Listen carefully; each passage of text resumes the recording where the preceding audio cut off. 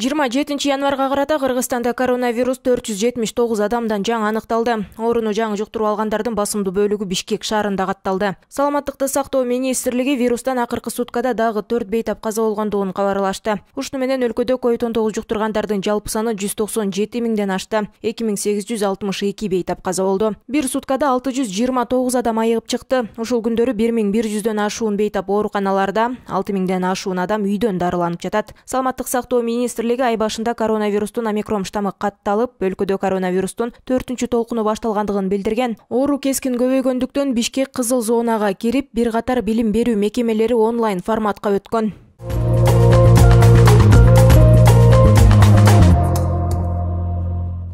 Бишкектин кайра шайлоо өтүүчү бир мандаттуу 1-май жана Свердлов округдарынан депутаттыкка талапкер болуу үчүн Борбордук шайлоо комиссиясына арыз тапшыргандардын саны 60га жетти. Алардын дээрлик барлыгы өзүн көрсөткөндөр. БШК алардын 18-ин талапкер катары каттады. Расмий катталгандардын аты жөнү Боршайкомдун расмий сайтына жарыяланды. Соңку күндөрү арыз тапшыргандардын арасында Жогорку кеңештин учурдагы депутат Исхак Масалиев, саясаттануучулар, экс-депутаттар жана башкалар бар. Ал ортодо Боршайком 27 февралга дайындалган кайра шайлоого талапкерлерди көрсөтүү жөнүндө арызды кабыл алуу 2022 жылдын 27 январында саат 18:00 аяктарын эскертти. Бул эки округда 2021 жылдын 28 ноябрындагы шайлоодо барына каршы деген добуштар көп болгондуктан быйыл 27 февралга кайра шайлоо дайындалган.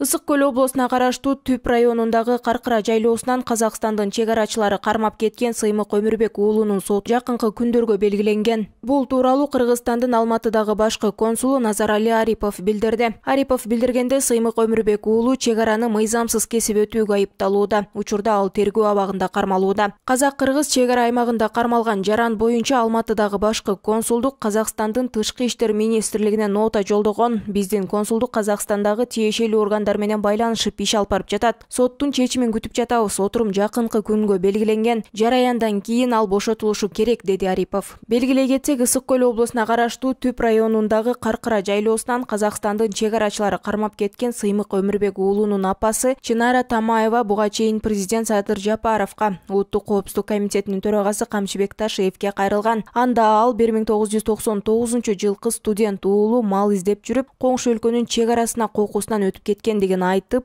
аны кайтарып берүүгө көмөк сураган. Окуя 10 январда болгон.